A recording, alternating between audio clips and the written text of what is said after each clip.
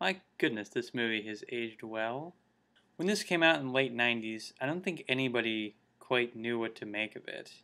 At first sight, it has all the trappings of a slick, overproduced, rock-stupid Hollywood popcorn flick. But there is intent behind all the wrongness in this movie. It's been years since I've watched this movie. Like a lot of people, I'd written it off as a gory, goofy popcorn flick. What started to turn me around in it was when the AV Club covered it on their new Canon a couple of months back.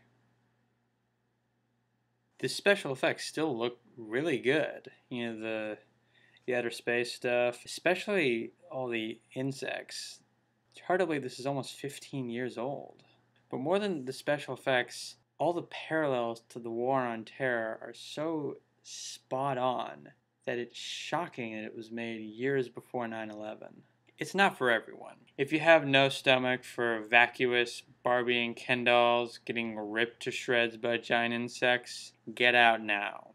But if you'd like to know more, this is one of the most subversive studio movies you're ever going to see. Take a look at those Federal Network propaganda newsreels again. If you've got the nerve. They're full of whooshing text, dramatic sound effects, and editing to coerce a specific pre-packaged emotional reaction for the masses. But then the actual titles for the movie are just plain white text on black. You might never guess it was a sci-fi epic. The director, Paul Verhoeven, was only a boy when the Nazis were occupying his hometown in Holland. So naturally, there are lots of deliberate parallels of World War II and Nazi Germany and other totalitarian societies herded by the carefully controlled media. Something I've been wondering about lately. Maybe some of you have too.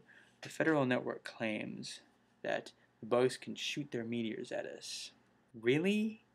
As intelligent and as powerful as the bugs are, batting an asteroid from one side of the galaxy to the other is, well, to borrow a phrase from Mr. Scott, a bit like trying to hit a bullet with a smaller bullet whilst wearing a blindfold and riding on a horse. Actually, that would be much easier than golf balling a rock across the cosmos trying to strike a moving target. So I have to wonder, did the bugs really launch the asteroid at Buenos Aires? How is that even possible for them? How did it get past Earth's defenses that they were bragging so much about?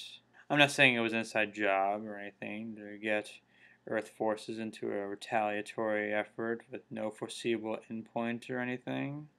It's just, is there something the Federal Network isn't telling us? I cannot hate this movie anymore. Not like I used to.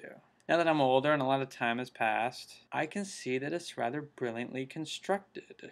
I'd really like to check out the DVD commentary from Verhoeven and the screenwriter Ed Neumeyer. Those are the same guys who made RoboCop. Well, see you next time. Paul Verhoeven made this right after Showgirls. How?